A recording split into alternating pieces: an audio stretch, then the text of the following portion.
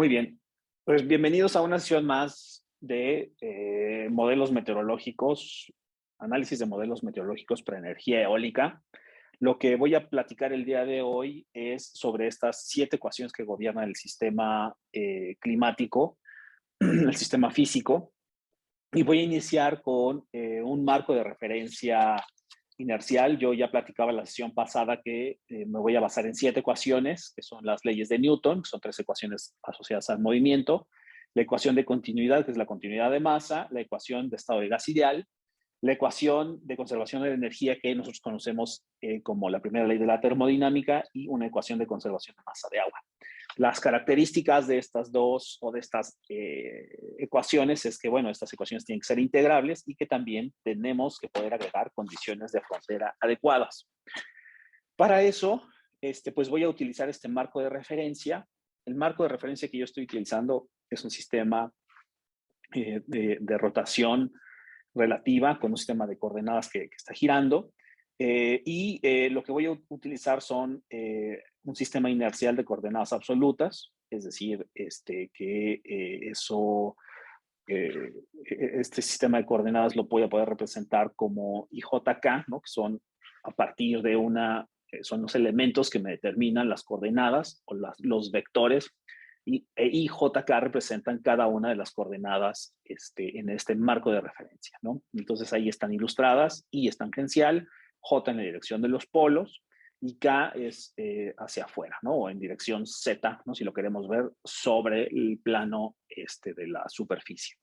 Entonces, y podríamos considerarlo como el vector base, ¿no? Que es el general, que genera el sistema de coordenadas en dirección X, J sería las coordenadas y K sería en dirección Z.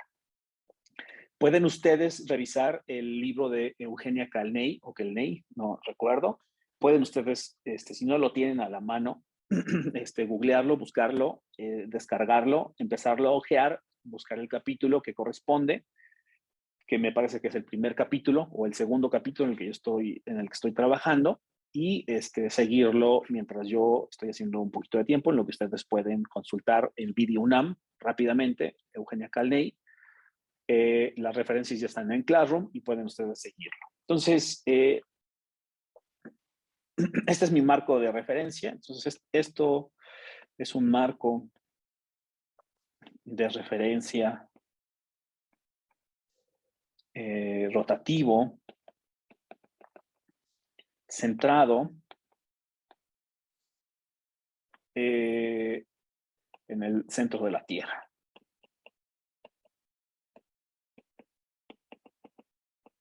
También recordemos que estamos platicando de que la atmósfera la estoy considerando como un medio continuo, homogéneo, en donde para analizar cada uno de estos elementos, porque van a empezar a aparecer cuestiones diferenciales, pues es analizar un volumen de control o una parcela atmosférica, y estas parcelas atmosféricas son las consideradas un punto, ¿no? Dentro de este continuo atmosférico, y este continuo atmosférico o este punto tiene suficiente materia para que toda la física que yo estoy planteando aquí sea válida, ¿no? O sea, tiene suficientes moléculas para que todo esto ocurra, ¿no?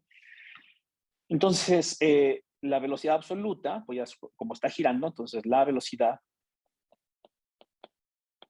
absoluta, aquí está, es la suma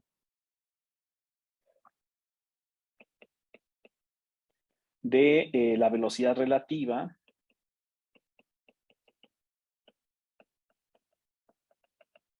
También lo que sugiero aquí es que ustedes tomen y generen estas mismas notas en su cuaderno, o sea, vayan siguiéndolo y vayan tomando nota.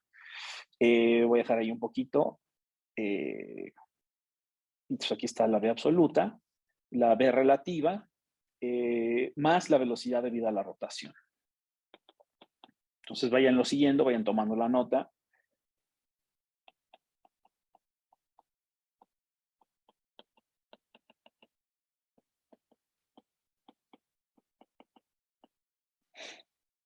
Y esto es omega cruz R. Entonces mi ecuación 1.2 esta ecuación 1.2, estoy seguro, no lo recuerdo, que es, estoy tomando la anotación del libro, entonces me parece que sería más sencillo, y recuerdo casi que así lo hice, en donde R es el vector de posición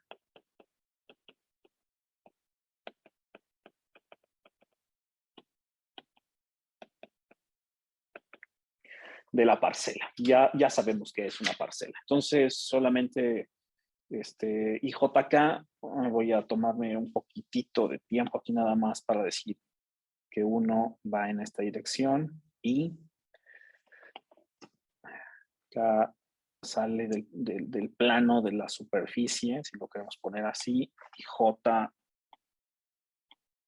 así, ¿no? Insisto, pueden ustedes buscar las notas e irlo siguiendo también, ¿no? En sus propios cuadernos o en el libro, ¿no? Lo que más les parezca. Entonces, pues, este es mi sistema de rotación y entonces voy a iniciar con la segunda ley de Newton.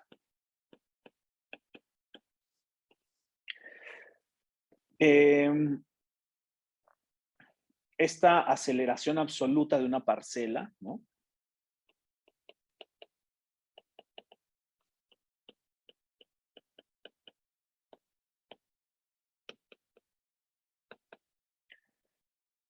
De aire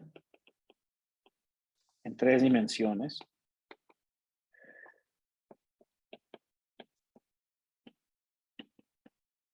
por la siguiente ecuación. Recordemos que es de absoluto, que ya sabemos que está compuesta por 2 elementos,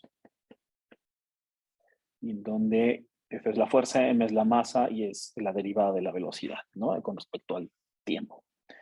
Entonces, de la figura, que evidentemente del marco de referencia rotativo tenemos, si ya sabemos, ¿no? Que esta B absoluta en realidad es la suma de 2 elementos de omega cruz R, que esta es la ecuación 1.2, que no, solamente la estoy repitiendo, ¿no? Es lo mismo que puse aquí arriba. Esta misma ecuación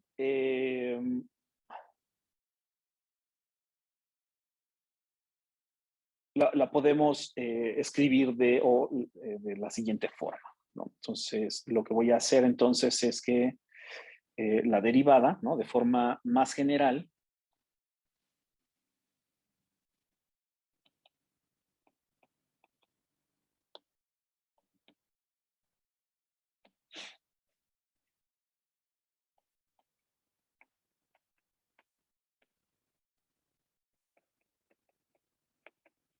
la derivada respecto al tiempo,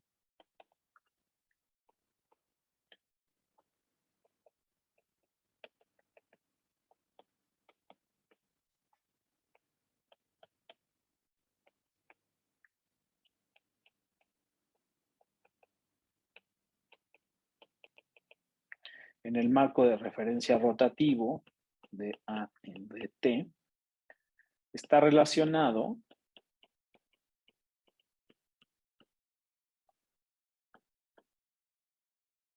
con su derivada total.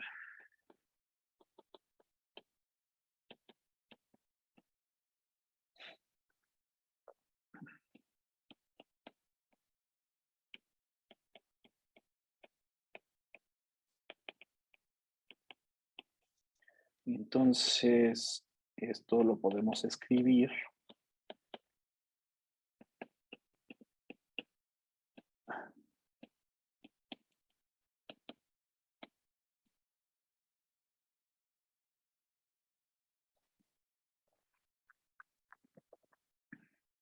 omega cruz A. Y si hacemos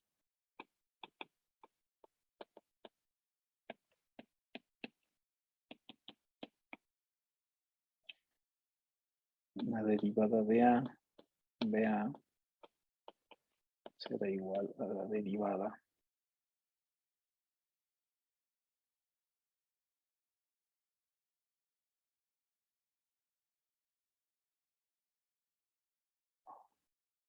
fue algo de BA de T más omega cruz BA.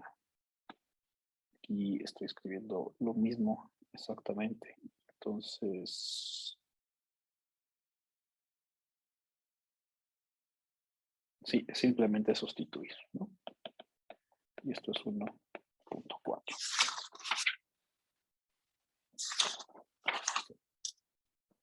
Ahora, si yo tomo que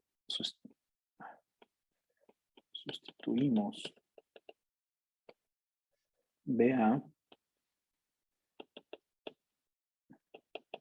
que es la ecuación con la que inicié, en BA de T igual a la derivada de BA con respecto a dt más omega cruz BA, tenemos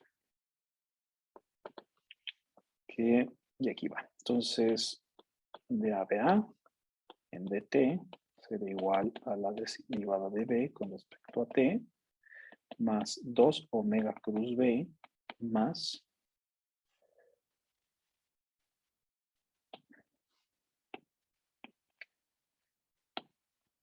2 omega cruz B más omega cruz R. Esta parte es Coriolis y esta es centrífuga, la fuerza centrífuga.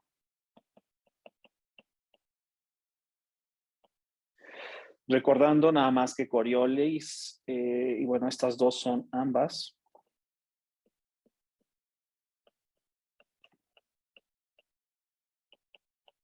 son fuerzas aparentes. Y recordando nada más que Coriolis, pues es esta fuerza que aparece en un sistema rotativo, ¿no? O sea, cuando te subes a un carrusel y están sentados dos personas en distintos lugares y esto no se mueve, pues una persona puede tirar una pelota y le va a caer a la otra persona sin ningún problema. Pero cuando esto empieza a girar, la persona 1 tira la pelota a la persona 2 y lo tira en una dirección en donde se ubica para un tiempo, para un instante, la persona en la posición 2, pues entonces la persona 2 verá que el proyectil hace una trayectoria con una desviación.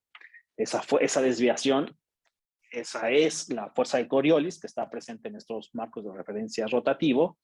Y no solamente eso, ¿no? Esta fuerza que está asociada a los sistemas de rotación que hace que los cuerpos tiendan a fugarse del centro, ¿no? Que es esta fuerza centrífuga. Ambas fuerzas aparentes y ya aparecieron en este sistema.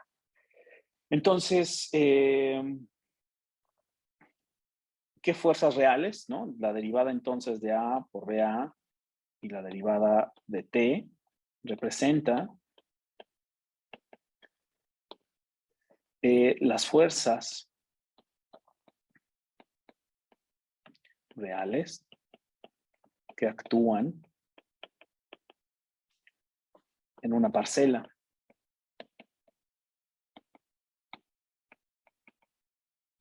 ¿Y cuáles son las fuerzas reales?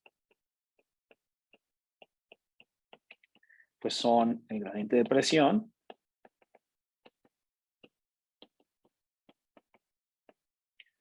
y gravitacional. Y esto es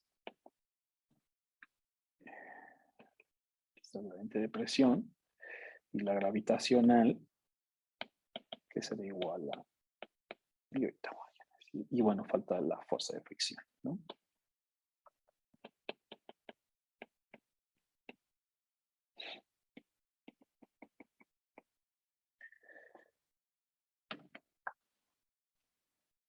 Y esto, el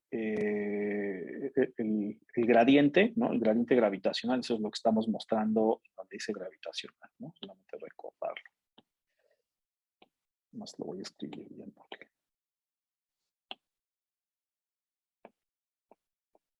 Ahí está. Y la fuerza de fricción, que esto vamos a poner como F. Entonces, si yo quiero, ¿no? De tal forma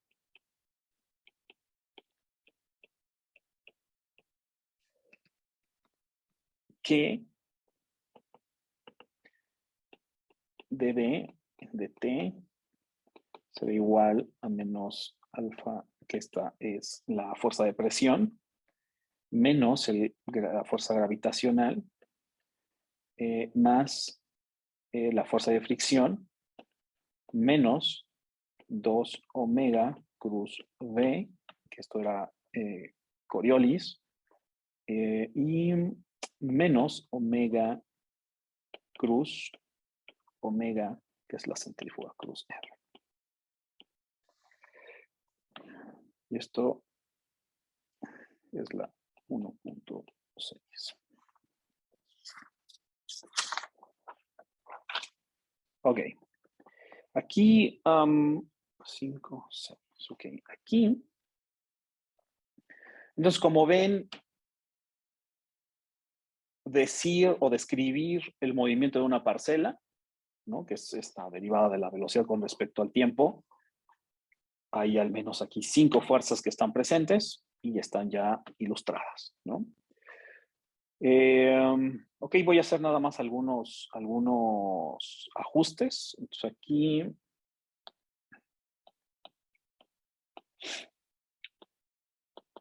alfa, el término que se está utilizando para el gradiente de la presión es el volumen específico, ¿no? Que es el inverso de la densidad.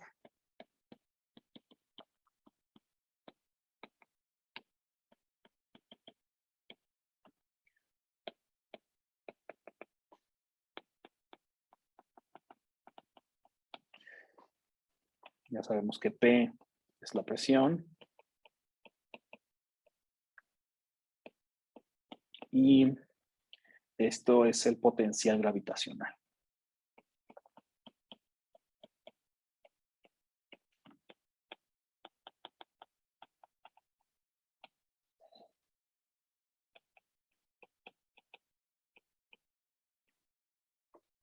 Muy bien.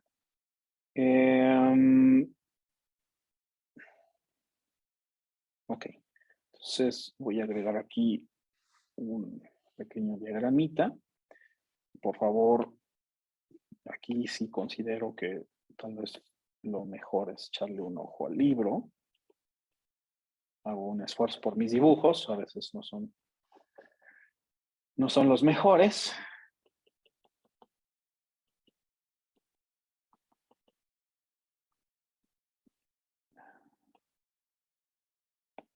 Okay.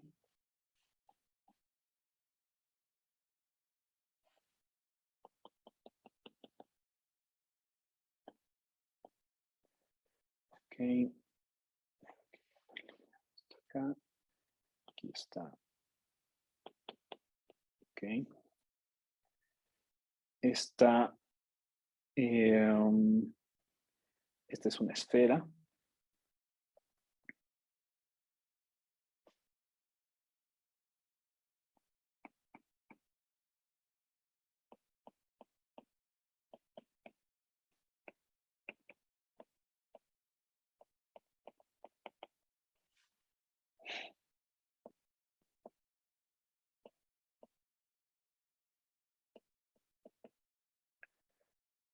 Y esto son algunos ajustes que se tienen que hacer con respecto al radio. Sabemos que no hay una, o sea, yo he estado planteando como si esto fuera una esfera, sabemos que el planeta no es una esfera, entonces hay que hacer unos ajustes y esto es un poco ese esfuerzo, ¿no? Acá está el polo, este es el Ecuador. Y por acá tenemos Max.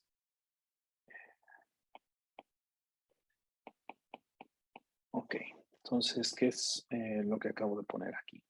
Entonces voy a dar un minuto nada más para que tengan ustedes oportunidad de hacer esta figura.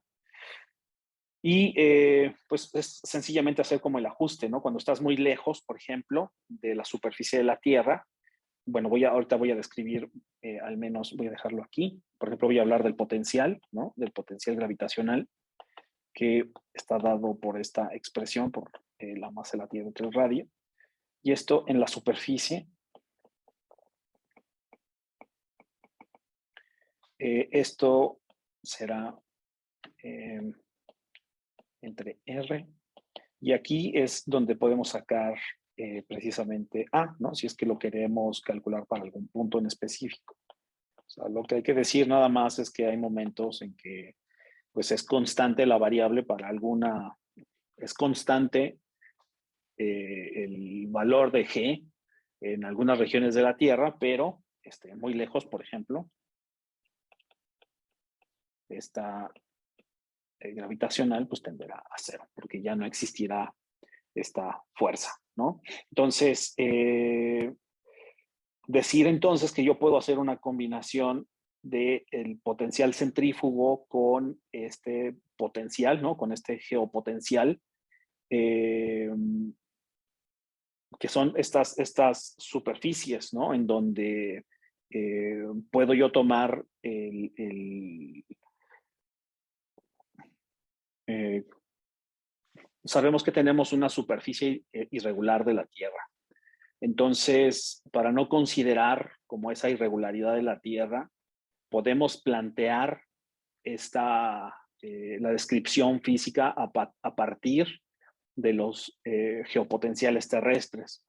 Y un geopotencial terrestre es un lugar en donde se cumplen ciertas condiciones de igualdad.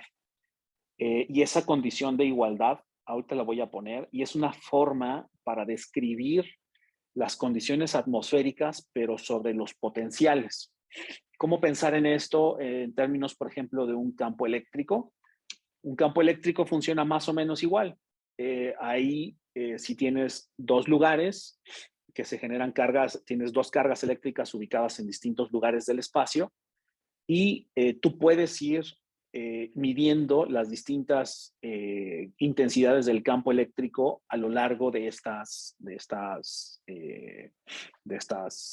distancia entre estas dos cargas. Y entonces, en lugar de hablar, por ejemplo, de un sistema de referencia basado en la distancia, podrías hablar de lugares en donde para ciertos valores tengas iguales valores de campo eléctrico. Y eso te da una superficie equipotencial de carga eléctrica, por ejemplo, ¿no? Esta es una visión o un planteamiento parecido. O sea, hablar de una región geopotencial es una región en donde la fuerza gravitacional con la fuerza centrífuga se encuentran en equilibrio.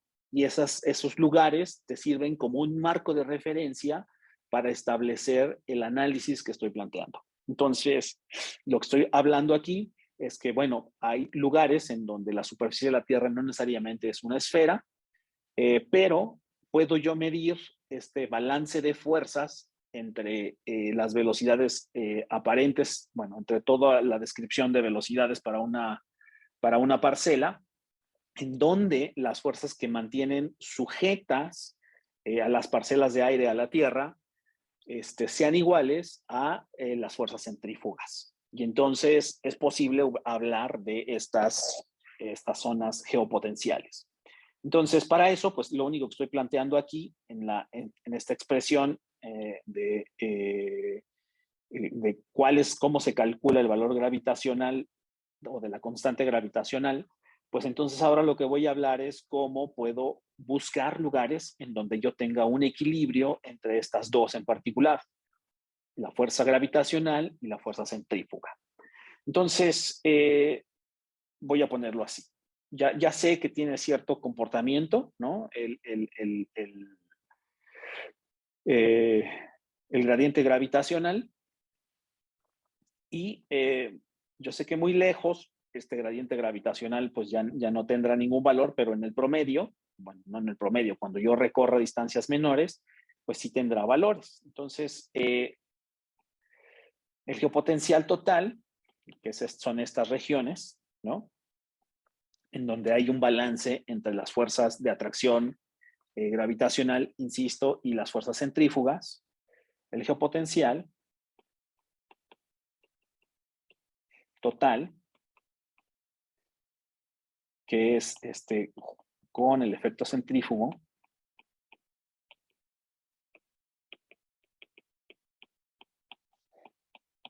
es sí igual, que aquí está el geopotencial,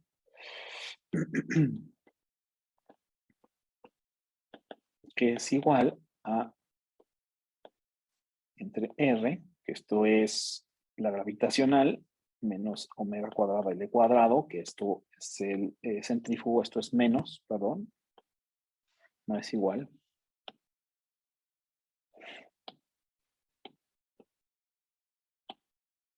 Ahí está. Y a partir de aquí, entonces, podemos definir una superficie de geopotencial constante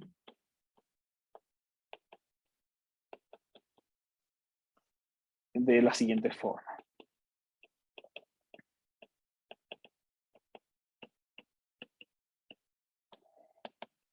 Será una distancia en donde esto ocurra, ¿no?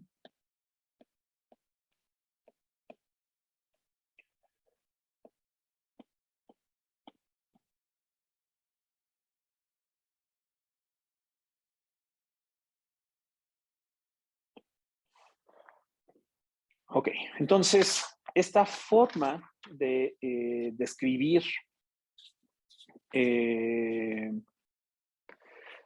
vamos a encontrar, ¿no?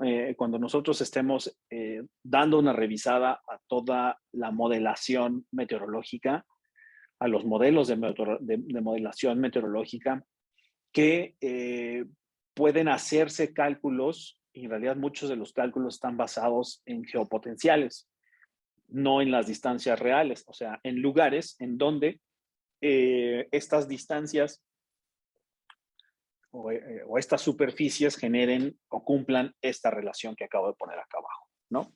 Entonces, es muy común utilizarlos, están puestos en la literatura. Esto, pese a que estoy haciendo un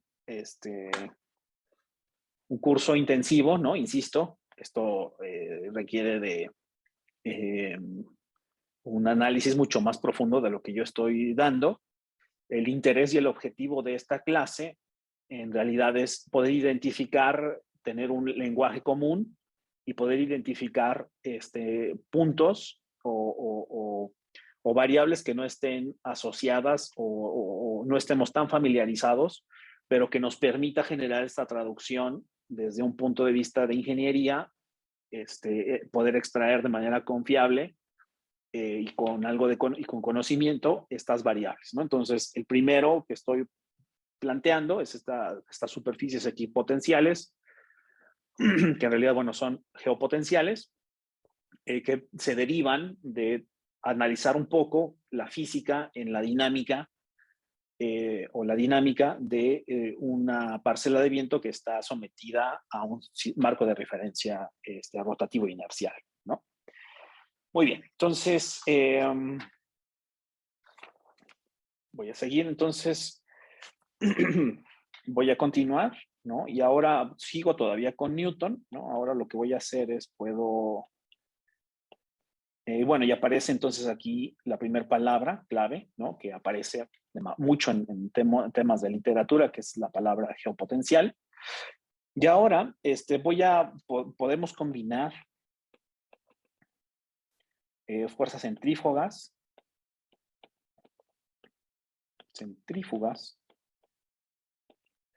y gravitacionales,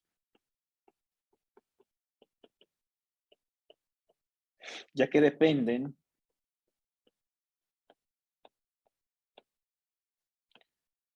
solo de la posición.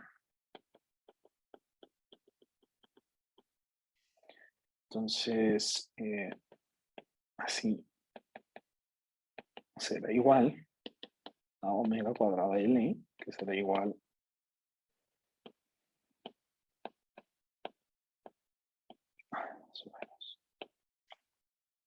donde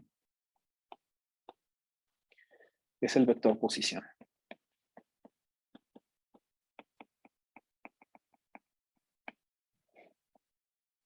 Es el vector posición de los ejes de rotación.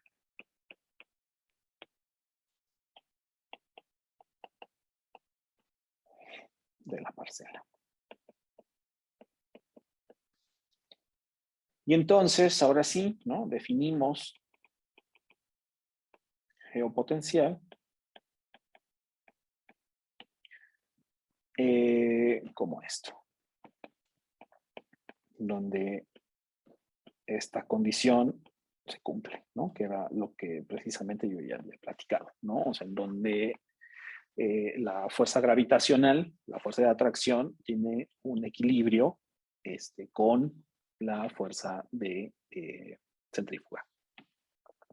Estos son, entonces, de tal forma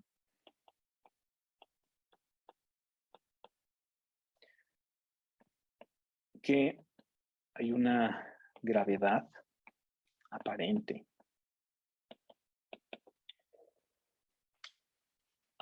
incluyendo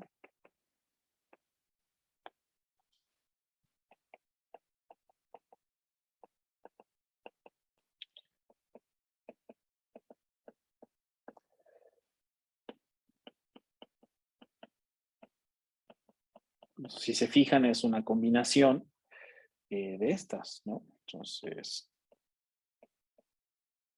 será igual a G, que será igual a la derivada de la Tierra, o bueno, a la originada por la Tierra y a la rotacional.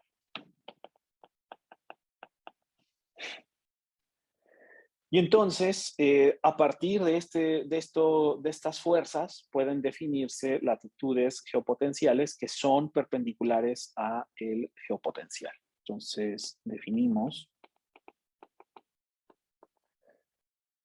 una latitud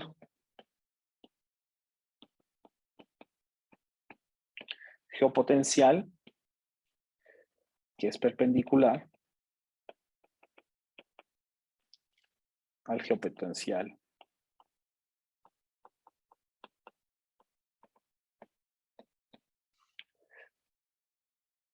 y entonces,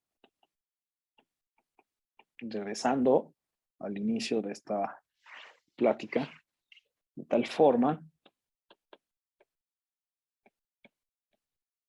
que la ley de Newton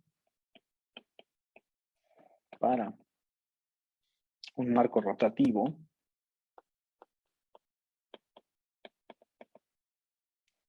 de la Tierra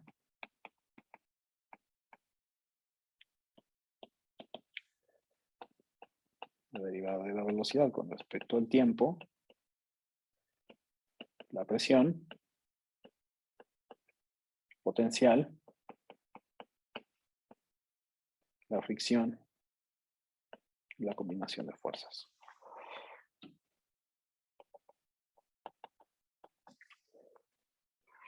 Muy bien.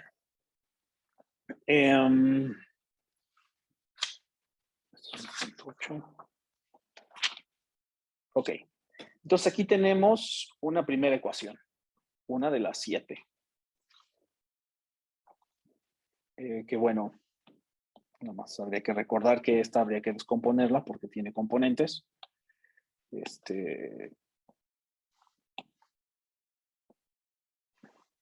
Muy bien. Hasta este punto, ¿tienen alguna duda o pregunta? ¿Siguen ahí? Sí, bueno, aquí sigo. Como tal, creo que no, pero también quiero repasar todo esto y ya ver si tengo alguna pregunta después. Sí, es la misma Es mismo primer sentimiento de una clase en donde estamos explorando algo completamente distinto a lo que tradicionalmente usamos. Entonces,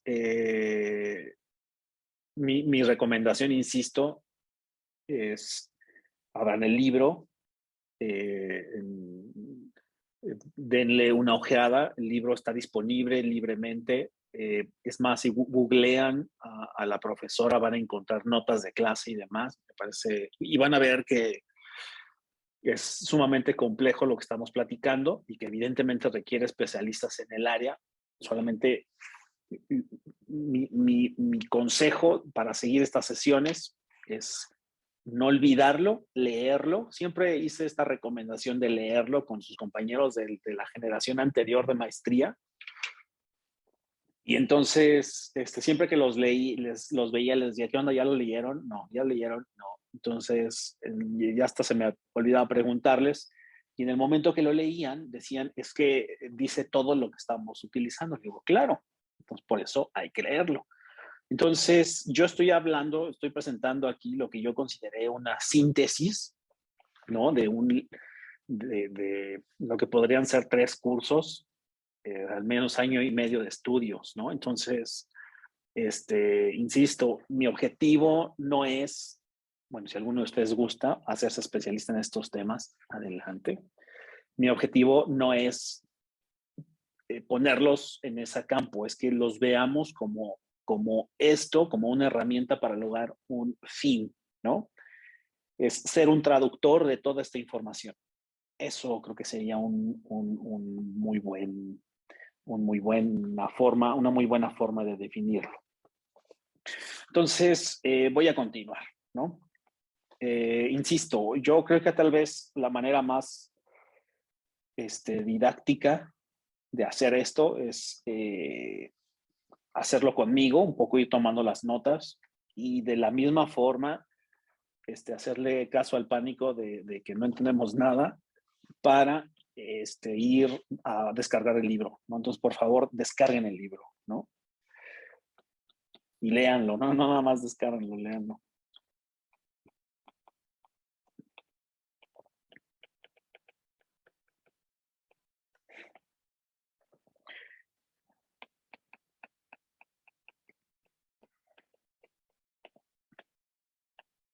Muy bien. Consideremos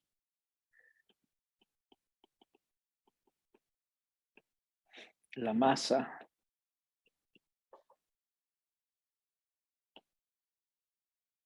de una parcela de aire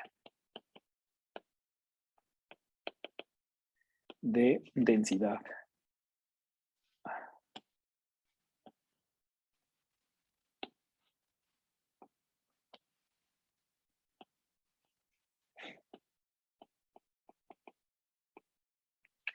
ρ, m ρ por el volumen, ¿no? Que es delta X, delta Y, delta Z.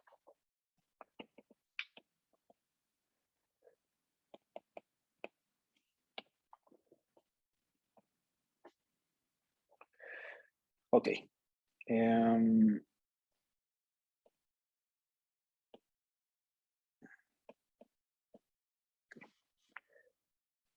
Entonces, exacto, ¿no? Entonces esto ya lo sabemos, ¿no? O sea, cuando delta, esto es infinitesimal o muy chiquito,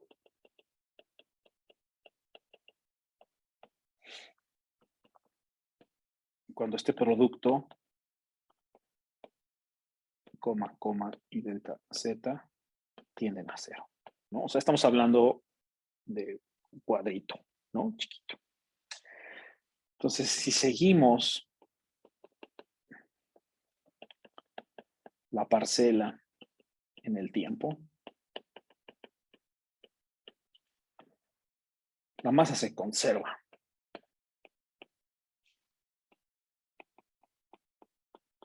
Vamos, no estamos generando materia, ¿no? Entonces, esto quiere decir que la derivada total respecto al tiempo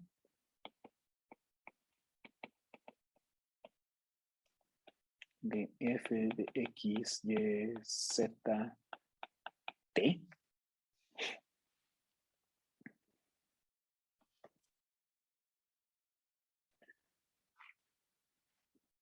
será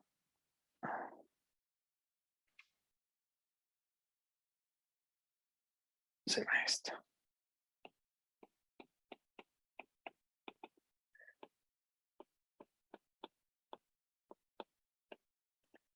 De x y z más la parcial de x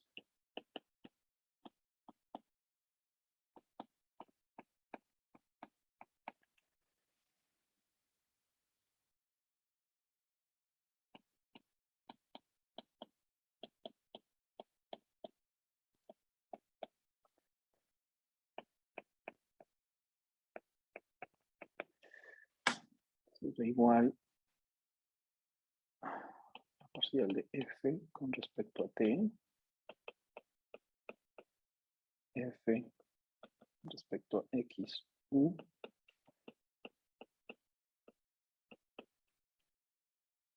v,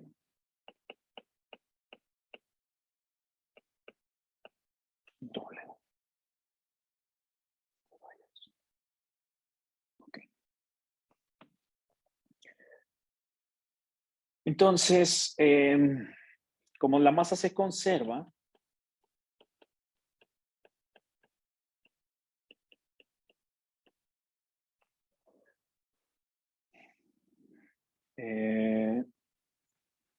y estamos hablando aquí de aire seco, porque no estoy metiendo el tema del agua, o sea, nada más estoy hablando de aire seco.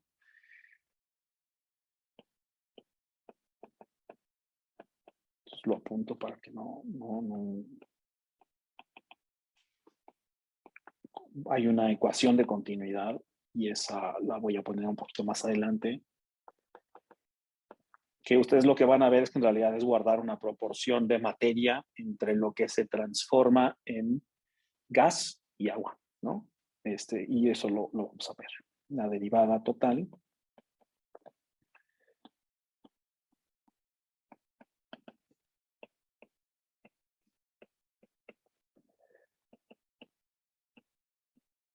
o sea, no hay cambios, ¿no?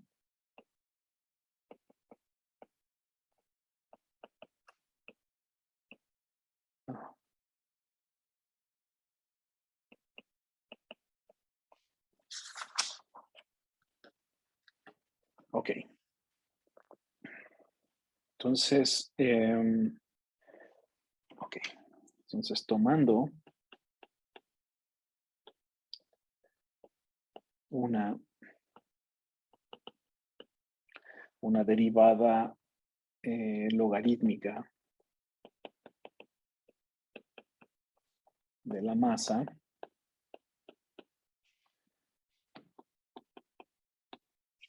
lo podemos poner como 1 entre m, la parcial de m con respecto a t será igual a 1 entre ρ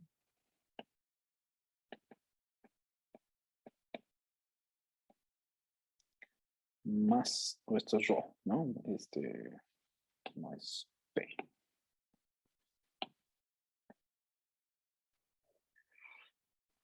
Más 1 entre delta x por la derivada de x con respecto al tiempo, más 1 entre y por la derivada de y respecto al tiempo, más 1 entre delta z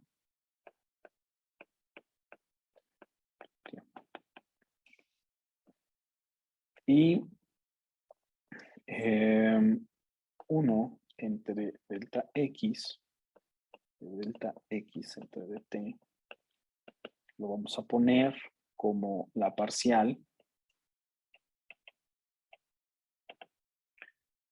de u con respecto a x, cuando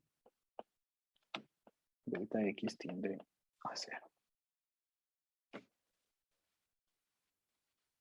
Por lo tanto, la ecuación de continuidad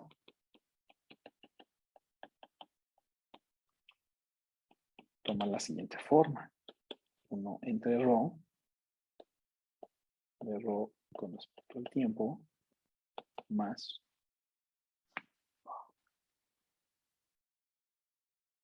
nabla punto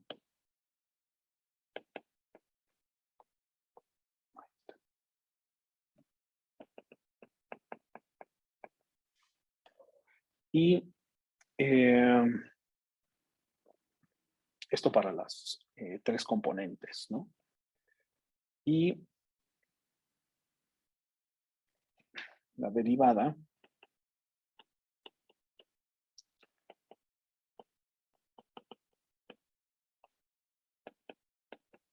total de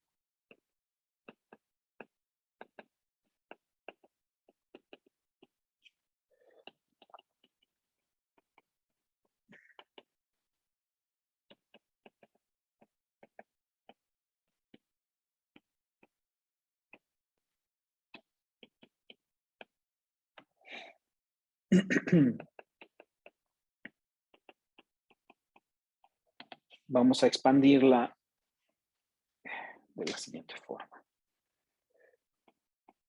Del f con respecto al tiempo es parcial de f, parcial de t, más la parcial de f con respecto a x de t, más la parcial de f con respecto a y de t, más la parcial de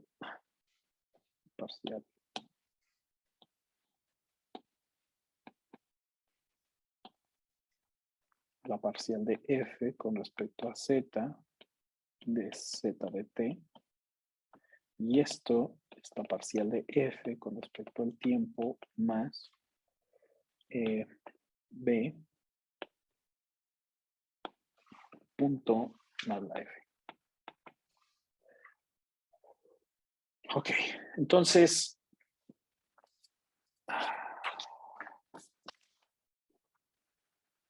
ahí vamos, ahí vamos. Ahí vamos. Entonces, la derivada total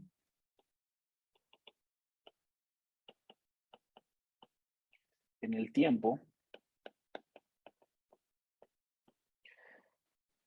está dada por la derivada local en el tiempo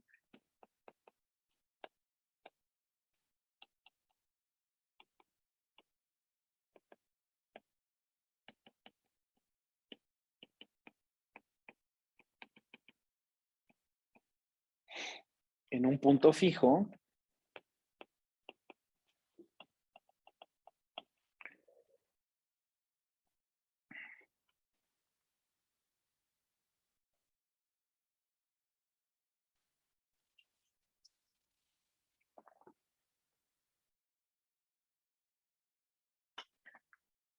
más los cambios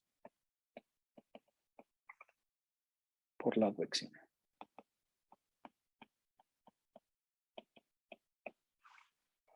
¿Qué es este término?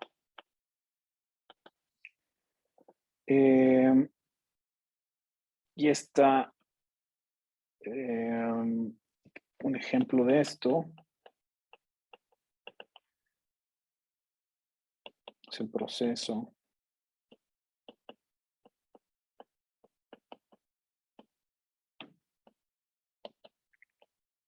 en el aire que nosotros conocemos como viento.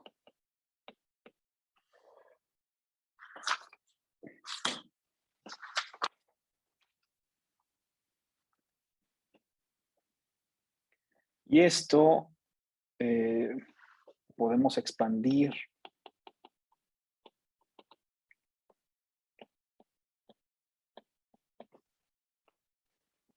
en 1.10. Tenemos una forma alternativa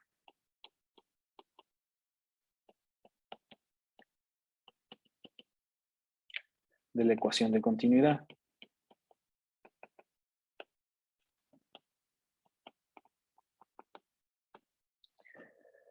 Y se puede hacer en forma de flujo.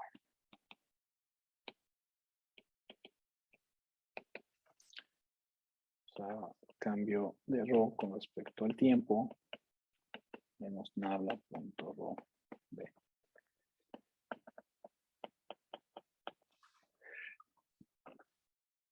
Ahí está. Muy bien.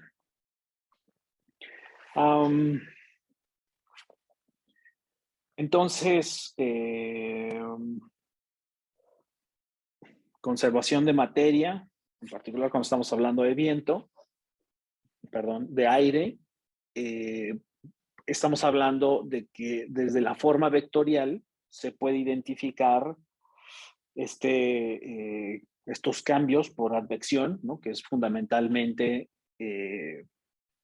este movimiento horizontal que nosotros conocemos como viento, ¿no? Que son los fenómenos de transporte fundamentalmente, ¿no? Entonces, voy a dejarlo aquí con esta ecuación. O sea, no. Voy a continuar muy rápidamente. Ahora voy a hablar de ecuación de estado de gas ideal.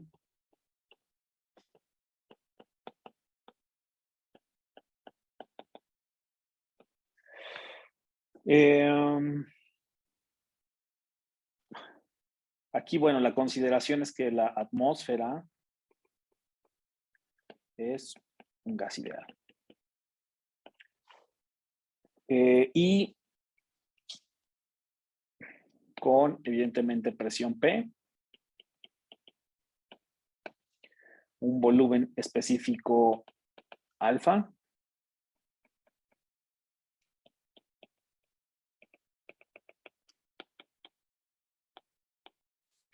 ay Dios,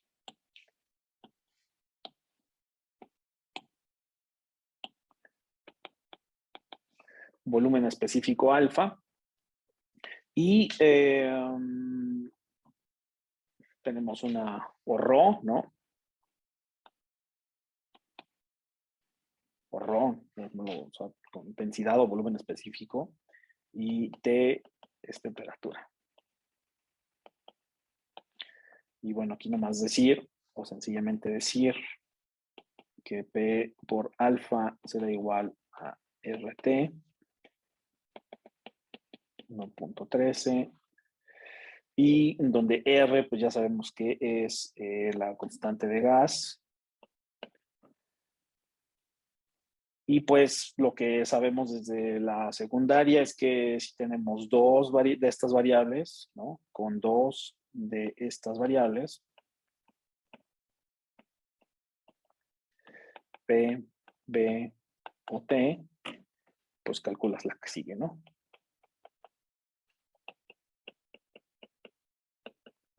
Totalmente es una simplificación, ¿no? Decir que la atmósfera es un gas ideal, pero bueno, así lo voy a dejar, ¿no? Y bueno, también sabemos que la cosa es mucho más compleja, ¿no? Que en realidad cuando estamos hablando de gases en distintas presiones y demás, pues hay todo un tema, ¿no? O sea, no es totalmente una simplificación esto, ¿no? Luego hablaré entonces de conservación de la energía. Entonces voy a poner aquí termodinámica.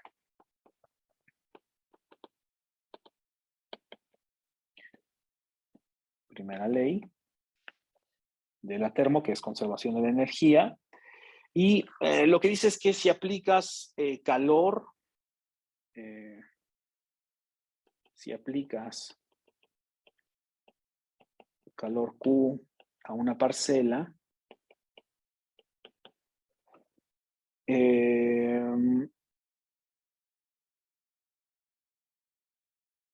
se va a incrementar la energía interna o vas a generar trabajo, ¿no? Entonces, lo que puedes poner entonces es que el calor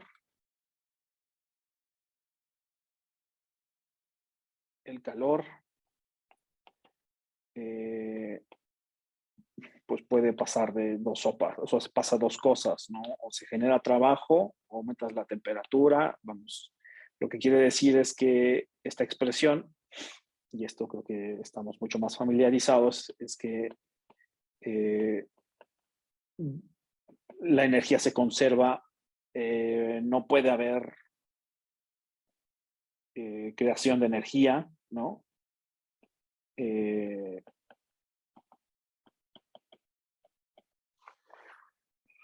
No puede haber creación de energía, se utiliza o para aumentar la temperatura o para generar algún trabajo, y entonces esas tres variables tienen que estar moviéndose porque se debe de conservar esta igualdad, ¿no? Y eso es lo que dice, que se tiene que conservar esa igualdad, ¿no? Por eso es conservación de la energía.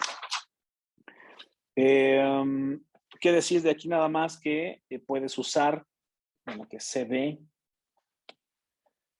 es el calor específico,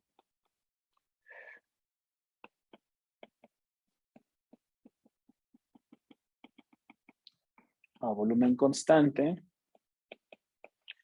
o lo puedes poner con presión constante.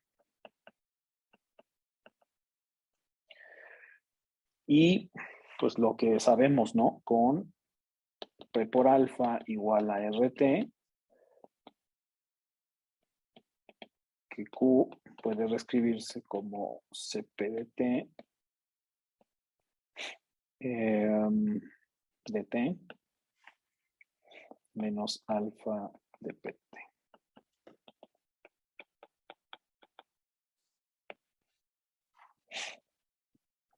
Y pues también el fenómeno de entropía, ¿no?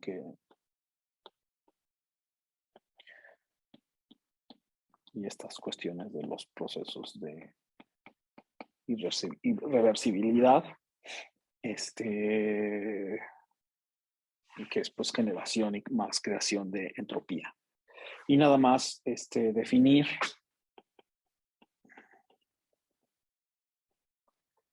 una temperatura potencial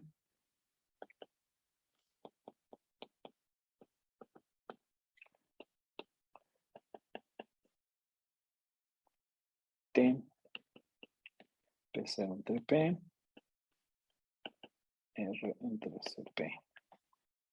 A una cierta P0 será una presión de referencia.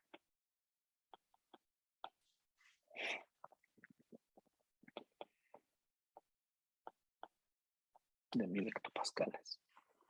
Y entonces, con esto, y 1.13 y 1.15, tenemos que de S entre T será Q entre T, que es igual a CP entre teta diferencial de teta entre T. Sí. Y pues cuando una parcela de aire se eleva y se expande y enfría adiabáticamente, T decrece, la temperatura potencial permanece constante, y si Q es igual a 0, es decir, el flujo es adiabático, entonces la temperatura potencial se conserva, ¿no? Y esto en un flujo adiabático, ¿no? 11, 12. Muy bien. Estamos casi del otro lado. Y aquí voy a poner ecuación de conservación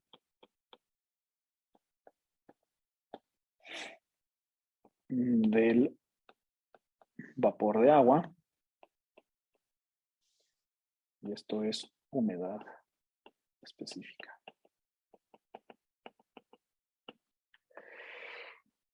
Con N, la razón de mezclado.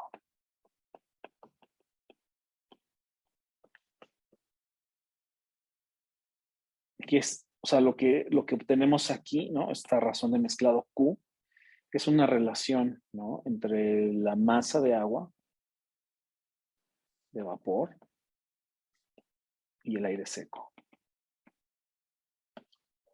Y esto es solamente una forma de incluir esta proporción, porque evidentemente hay nubes, y decir que esa proporción se mantiene, ¿no? Por eso nada más hay como esta diferencia, ¿no? Entonces, cuando hay fuentes,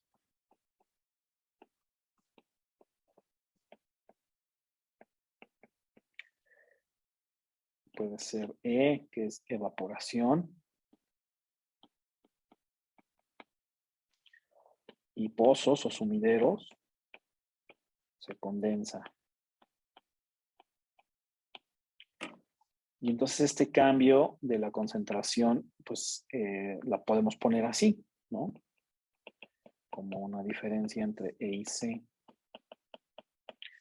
que es tener en cuenta la cantidad de evaporación o la cantidad de condensación, y en realidad pues es tener Q, que es una relación entre estas dos, entre vapor y aire seco, ¿no? Y bueno, aquí estoy hablando de agua, y nada más para poner en claro, o bueno, más para decir, pues resulta que ocurre no nada más con el agua, ¿no? O bueno, con el aire. Ocurre también el dióxido de carbono y con el ozono, ¿no? Entonces, multiplicamos de Q en dt la parcial de Q con respecto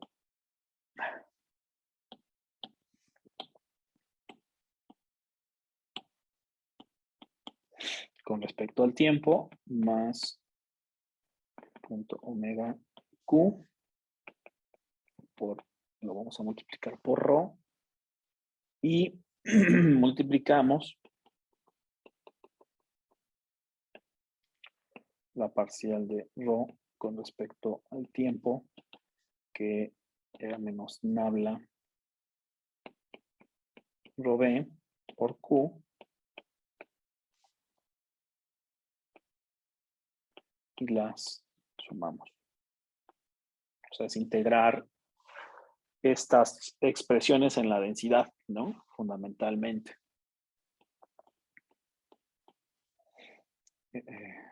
Es una forma matemática de incluir una variabilidad entre esta relación que acabo de mostrar, ¿no? Entre aire seco y vapor de agua. Y caracterizarlo, ¿no? A través de fuentes y sumideros.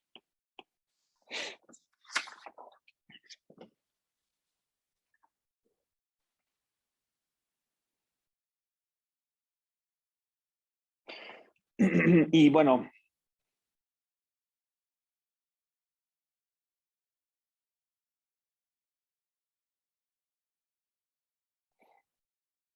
pues ya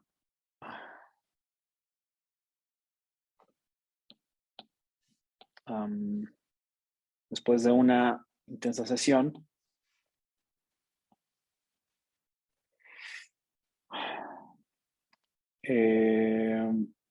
podemos decir entonces que las ecuaciones con las que hemos estado trabajando, las 7,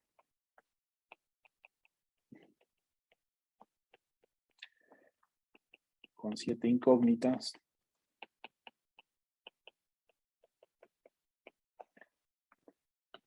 una es la velocidad U, D, W, temperatura, presión, densidad y esta proporción, ¿no? Entre el vapor de aire seco y el vapor de agua, ¿no? Entonces, están aquí, y solamente para recordarlo, la derivada de V con respecto al tiempo incluye todo un balance de fuerzas y nos genera incluso una forma para reescribir en base de geopotenciales.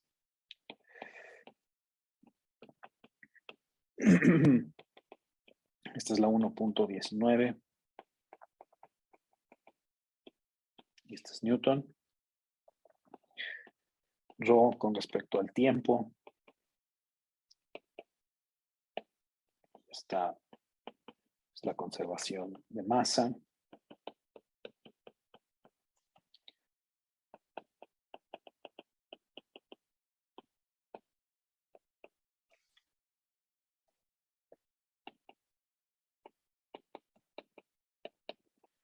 Esta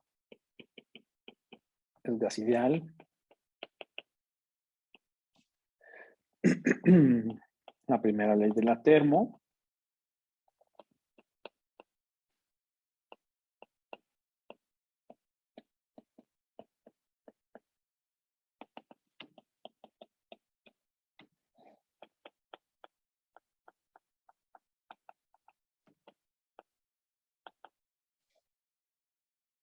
Y, oh Dios, perdón, se me cayó un audio.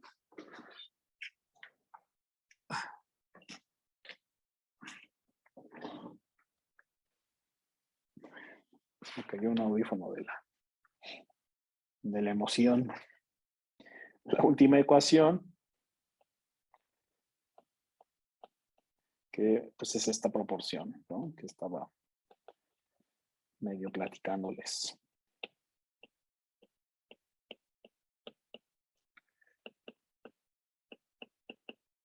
Los Fuentes hizo videos, ¿no? De estos fenómenos.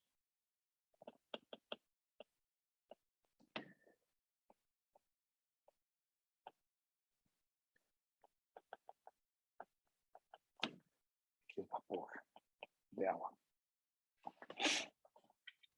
Y pues después de una hora y media de estar platicando sobre estas ecuaciones, pues esto es el sistema. Este es el sistema físico. Entonces, como ven,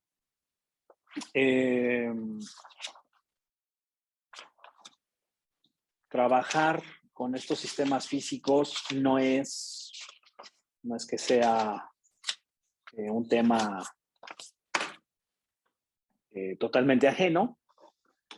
Al final es un sistema de ecuaciones, al final es cálculo.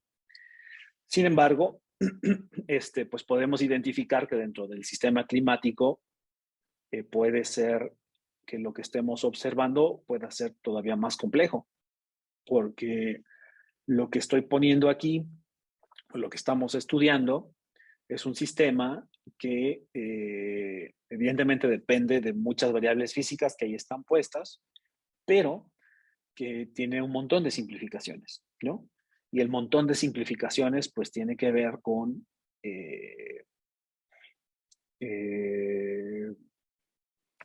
por ejemplo, yo no estoy hablando de más gases que componen la atmósfera, y hay más gases que los componen.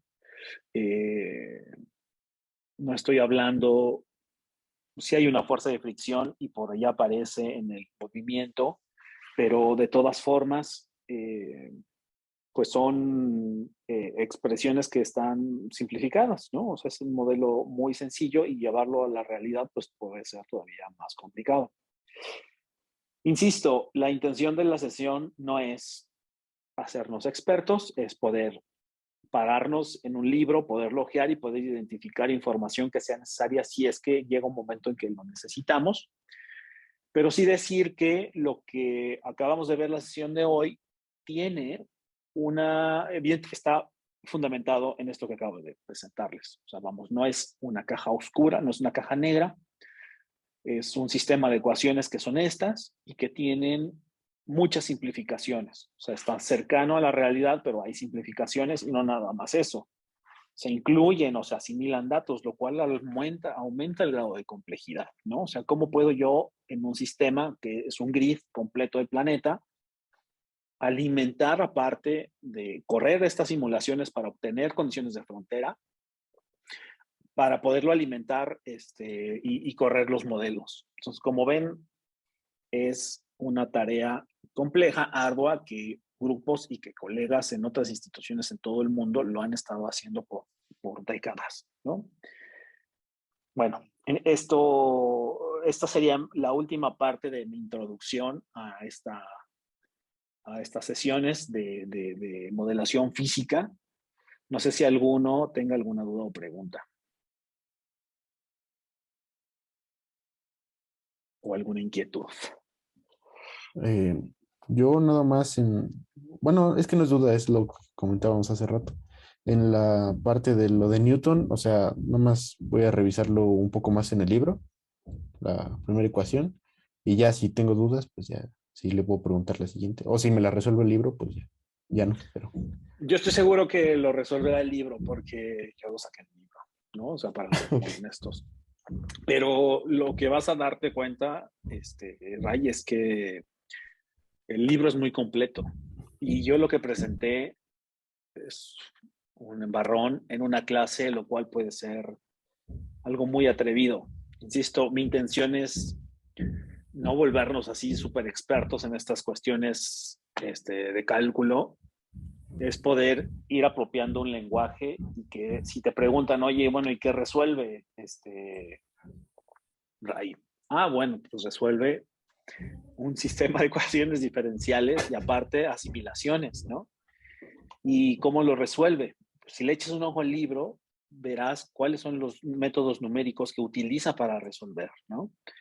Y si te interesa más sobre la asimilación, vamos, todo esto es una escuela basado en ciencias atmosféricas, de las cuales nuestra intención no es ser especialistas, sino, insisto, que sea esto una vía para sacar cosas, porque de aquí lo que nos interesa es poder calcular factores de planta, por ejemplo, de un aerogenerador, que parecería que está muy lejos, pero no está tan lejos, ¿no? Échenle un ojo pero sí, véanlo, revísenlo, échenle una leída, ¿no? O sea, que su curiosidad sea leer ese documento, o ese libro. Entonces, pues si no hay más, lo voy a dejar aquí. Muchas gracias.